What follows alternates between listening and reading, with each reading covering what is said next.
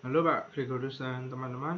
Eh, saya akan menjawab tugas video reaction mengenai tanggapan hukuman mati dalam bentuk definisi serta alasan dan juga sejarahnya, dan juga tanggapan saya menurut pribadi mengenai setuju atau tidaknya hukuman mati ini.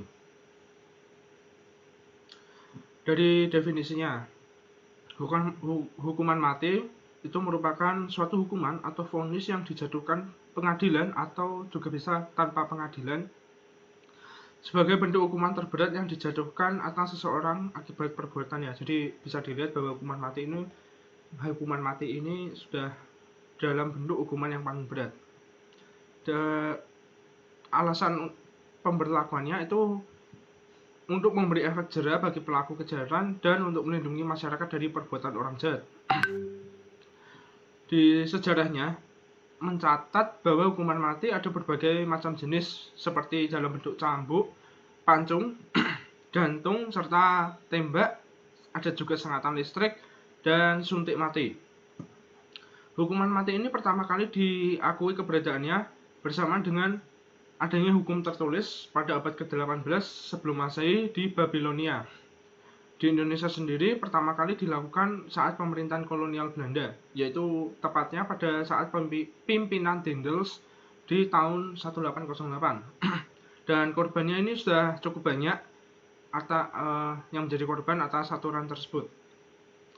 Dan selanjutnya adalah alasan saya. Saya tidak setuju dengan keberadaan hukuman mati karena memang di Alkitab menjelaskan bahwa hukuman mati ini diperbolehkan.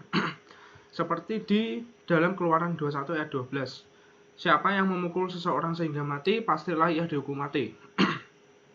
Namun hal ini berada di dalam perjanjian lama. Di perjanjian lama harus diingat bahwa Allah itu dikenal sebagai pribadi yang kejam dan menakutkan.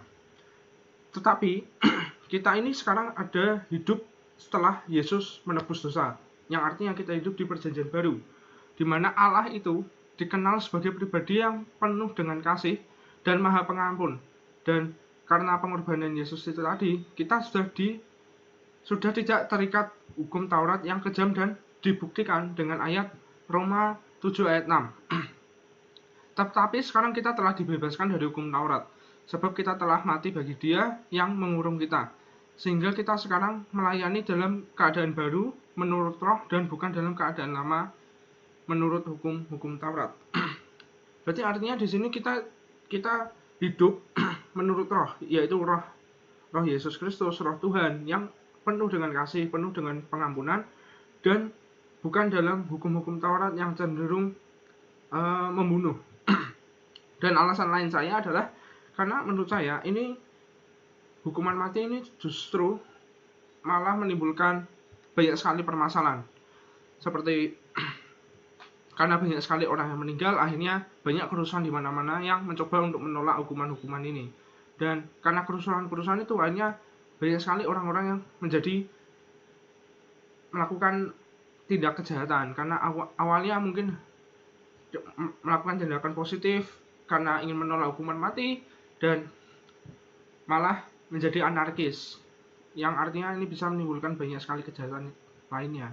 Dan lebih baik semua hukuman itu ada caranya masing-masing, tetapi tidak melakukan pembunuhan, tapi hanya seperti direhabilitasi dengan baik dan di penjara sesuai dengan waktu kejahatannya, tapi juga tidak lepas dari rehabilitasi itu tadi.